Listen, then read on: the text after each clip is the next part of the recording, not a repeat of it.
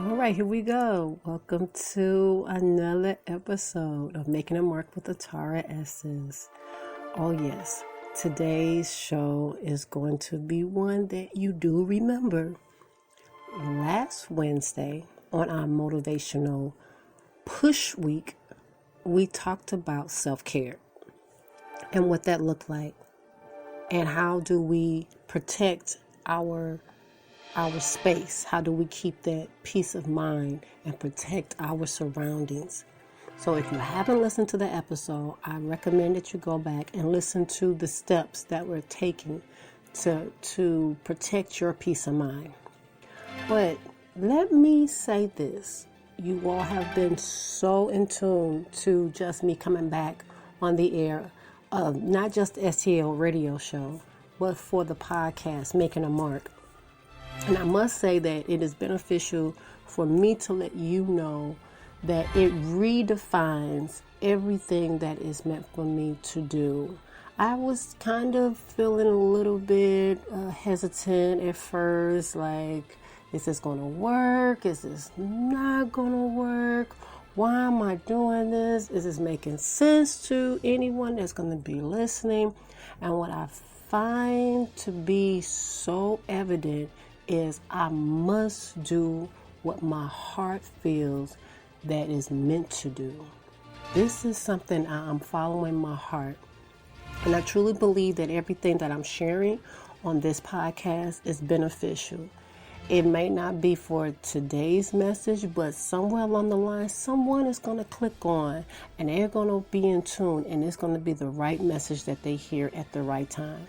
So I thank you. I want to continue being obedient. I want to continue just keeping my intuition uplifted and not allowing the distraction of my own inner voice getting away, and keeping my own peace of mind, and not to feel discouraged because I may self-sabotage certain things that I know that if I keep going, that is going to make sense later for what I'm doing. It is all for a reason, but sometimes I will begin to say, why am I doing that? What is that for? And it's to get, 9 times out of 10, you do that because you're trying to get acceptance from other people to be a part of what message you're sending.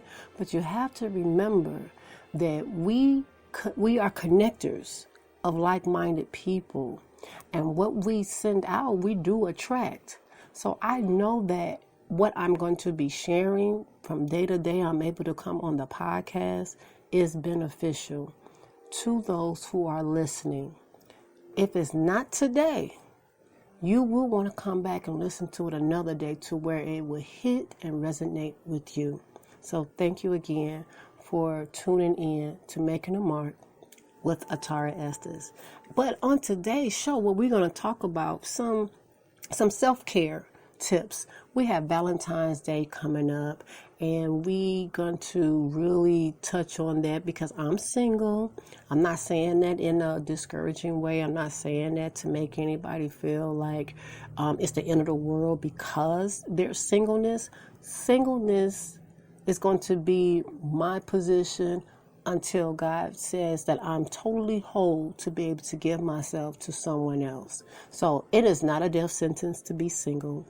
Valentine's Day is coming up. I don't feel sad. I'm not rushing it to hurry up and get by because this is all for love. And I believe in spreading love no matter what day of the calendar it is. It can be Valentine's Day. It can be just today. You should be spreading love each and every day. It should not be just for that day, but when it is on that day, I think spread a little extra on love for people, because some people just kind of need that. They need that little extra love sauce that you got that can make them feel upbeat and upright and put that smile on their face. So share some of that with others. I mean, I have girlfriends who are in relationships, who are not in relationships, but I love them. And we're going to have our Galentine's Day. We're going to do things up on Valentine's. I'm spending it with my sister. I'm spending it with my daughters. I'm going to make sure that they feel special. I want them to feel like they have to wait on somebody to identify them, acknowledging them. I'm talking about just finding purpose in singleness is not waiting on opposite sex to tell you to define that you are special, because you should already be feeling special. And if not, that's what I want to talk about when it comes to self-care. Feeling special, knowing that you are special, and the art of self-acceptance. Now, I'm going to share some articles on today's show.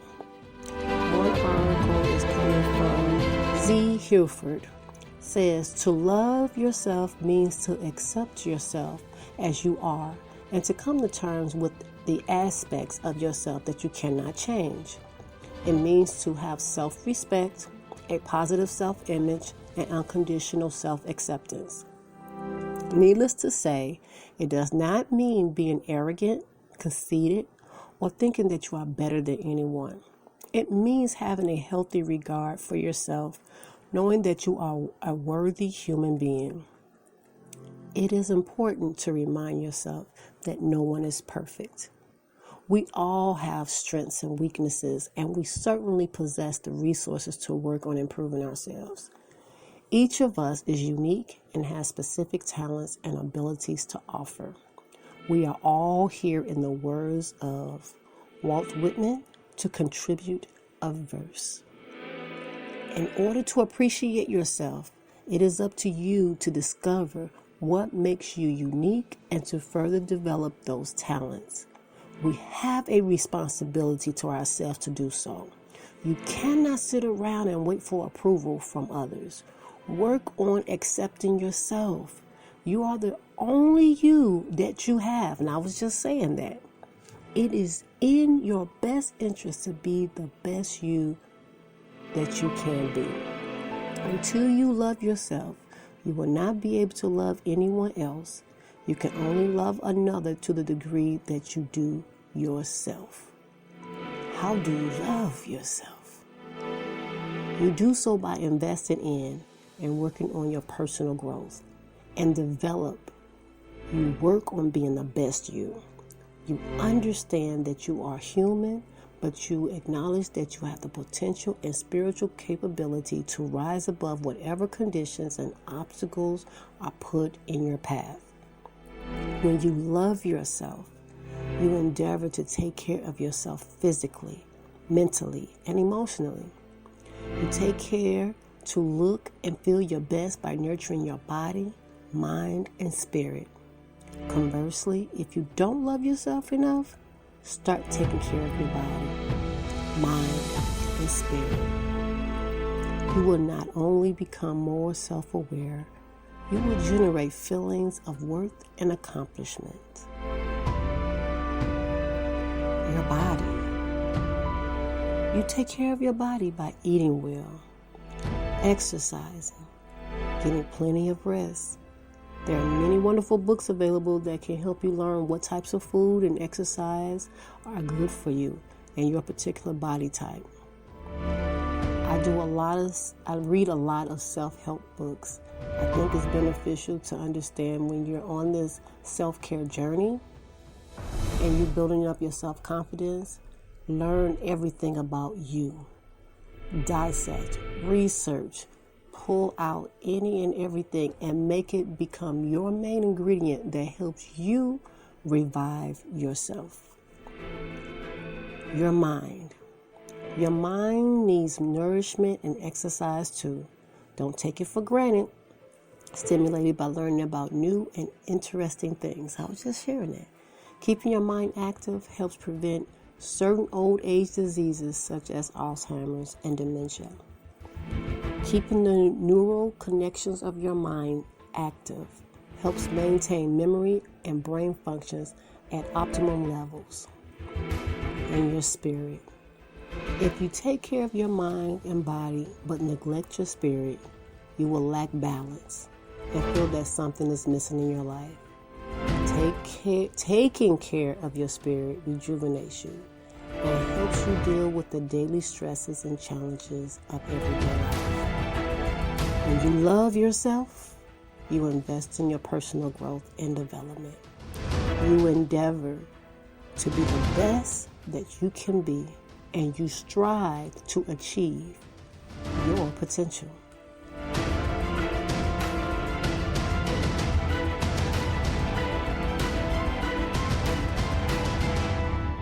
That's what we're working on. We are working on loving ourselves and the art of self-acceptance. It's essential to the life skills, and I definitely recommend that we take some practice. Into applying these things to ourselves. So my next article I'm going to read from is coming from a doctor, Deborah Kanashaba, and she says, a 7-step prescription for self-love. Self-love is an action, not a state of feeling good. Self-love is a popular term today that gets tossed around in normal conversation. You have to love yourself more. Why don't you love yourself? If you only loved yourself, this wouldn't have happened to you. You can't love another person until you love yourself first. These are just a few of self-love derivatives we give or get to suggest a way to more living fulfillment. But look, self-love is important to living well.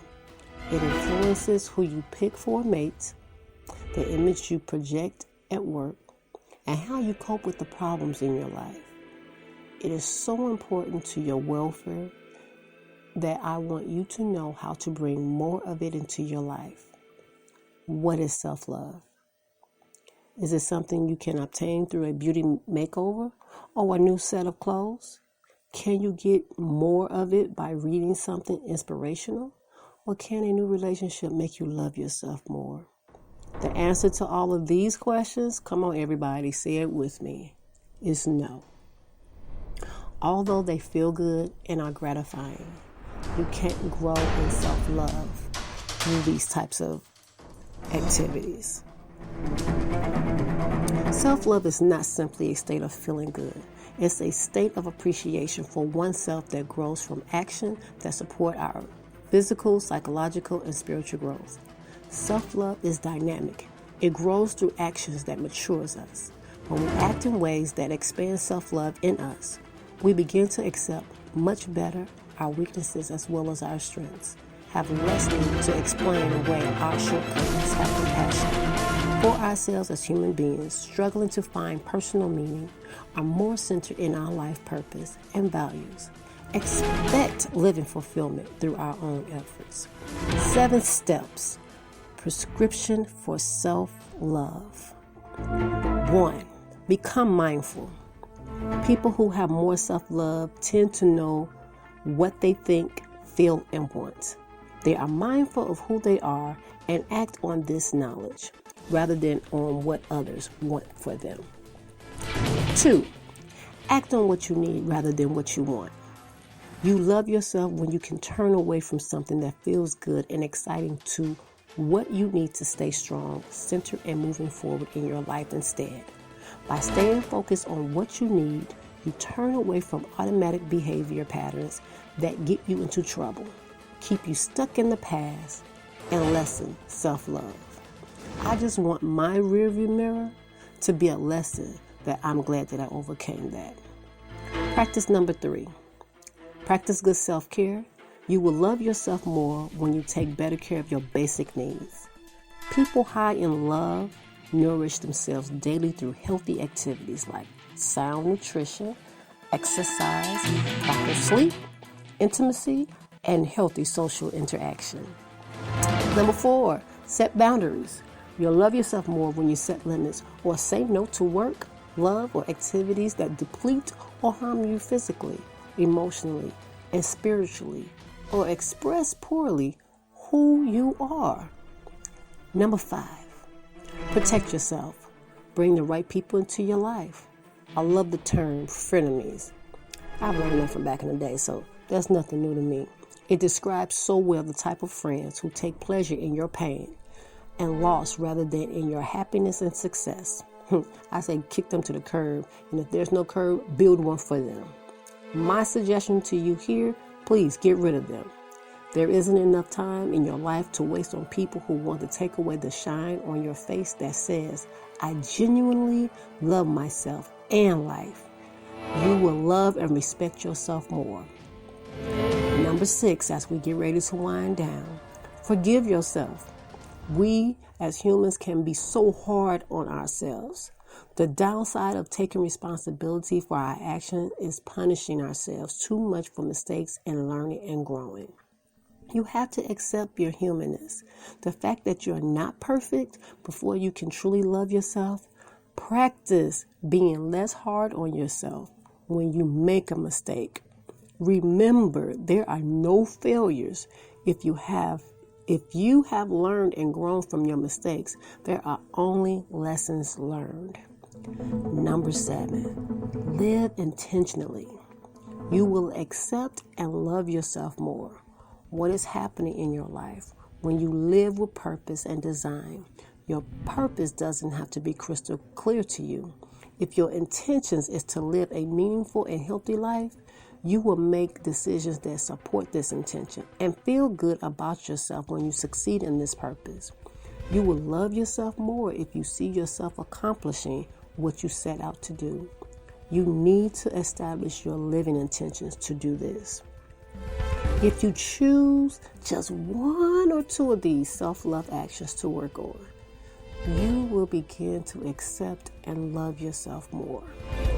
Just imagine how much you'll accept you when you exercise these 7 steps to self-love. It is true that you can only love a person as much as you love yourself. If you exercise all the actions of self-love that I just described here, you will allow and encourage others to express themselves in the same manner. The more self-love you have for yourself, the better prepared you are for healthy relating. Even more, you will start to attract people and circumstances to you that support your well-being. And I just said a lot for self-care. Self-care. Today we talk about self-love and self-acceptance. And we're going to possibly be breaking them down to where we're not just sharing each and every last one of them, but this is something that you can take. Apply 1 or 2 of them. I challenge you. As long as it took you to get into this bad habit, it's going to take that much longer to discipline yourself to change it and to break it. And I will feel that you are very much worth it if you want to change. It becomes a choice. It becomes routine. It becomes a new version of you. And I will say that I've taken these steps to regain my life like never before. And every day isn't a good day, but every day isn't a bad one either. So I would just say, apply some of these steps. Take baby steps. Don't try to leap out there and do all this humanly error stuff, because you will find yourself being much harder on yourself. So do a step at a time. Then apply another one to it, and then add the other one. So I'm so glad that I get a chance to share just some of my practices. I always research and find other self-care journey tools to apply to my everyday life and being. And I love to write, so I journal a lot, and I love to listen to music to try to get away the sounds of the world. And some songs are something that I'm more familiar with, and others are instrumental to where I can just be at peace to where there's no words to it. So whatever works for you, think about applying something to your daily routine of change. And you will be glad that you've actually applied yourself to some of the newness that you can find yourself in. Mental health is a very big component that I try to take care of my mental health. And I definitely want to tell you all for, those days that you're not feeling so loved and so beautiful and I just want to tell you that you are loved and you are beautiful. Regardless of what you may feel about yourself at that very moment, someone is praying for you, and that could be me. And when I'm feeling down, I'm sure somebody is definitely praying for me. So I would love to keep this going, but I am not for long talks. I really just wanted to come on here and to leave you some nuggets to apply to your everyday life on this motivational Wednesday push to allow you to just keep going. Keep going, keep going, keep going. Because in the end, you can win.